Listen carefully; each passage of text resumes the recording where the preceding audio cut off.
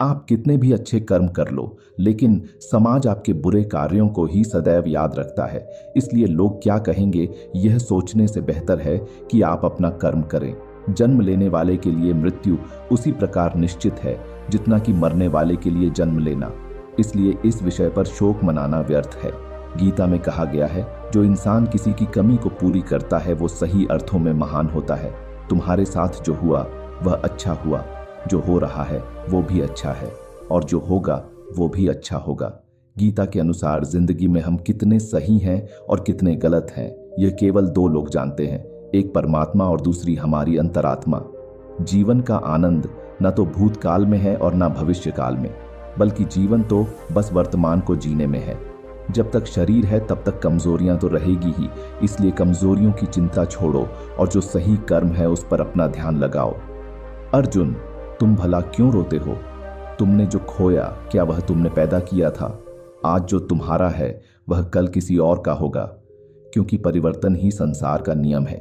किसी का अच्छा न कर सको तो बुरा भी मत करना, क्योंकि दुनिया कमजोर है लेकिन दुनिया बनाने वाला नहीं। यदि कोई व्यक्ति विश्वास के साथ इच्छित वस्तु को लेकर नित्य चिंतन करता है तो वह जो चाहे वह बन सकता है। सच्चा धर्म यह है कि जिन बातों को इंसान अपने लिए अच्छा नहीं समझता उन्हें दूसरों के लिए भी प्रयोग न करें।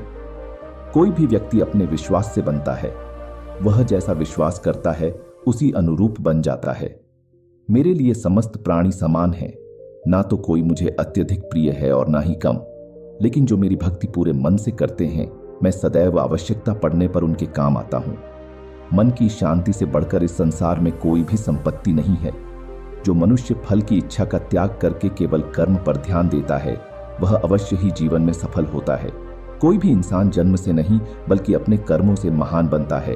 अपना, पराया, छोटा, बड़ा इत्यादि को भूलकर यह जानो कि यह सब तुम्हारा है और तुम प्रति एक के हो।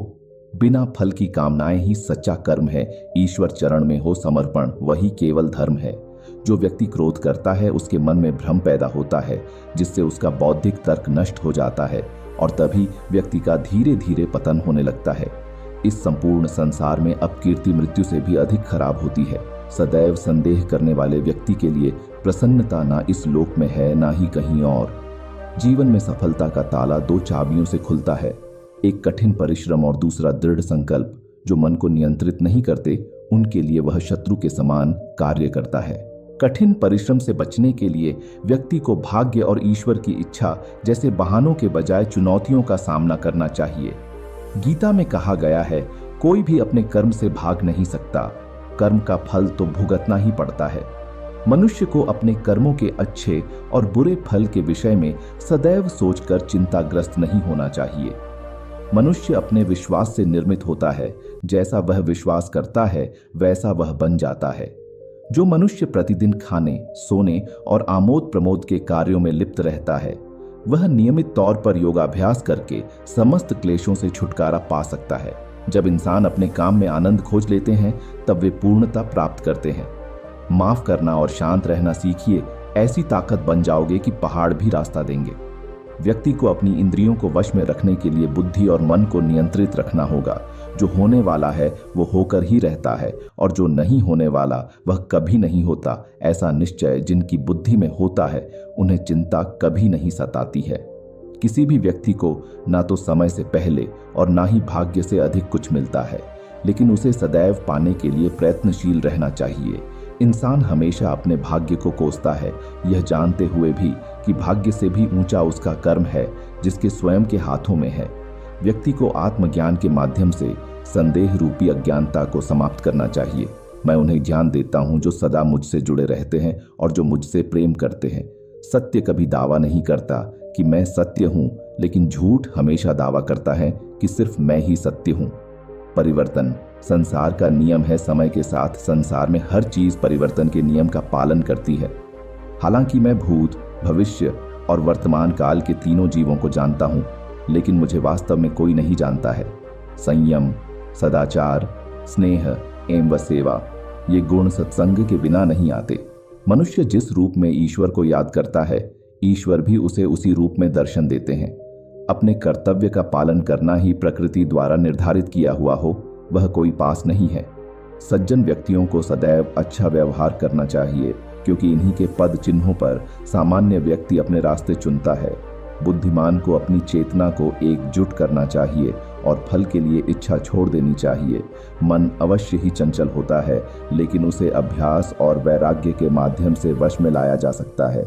इंद्रियों की दुनिया में कल्पना सुखों की प्रथम शुरुआत है और अंत भी, जो दुख को जन्म देता है।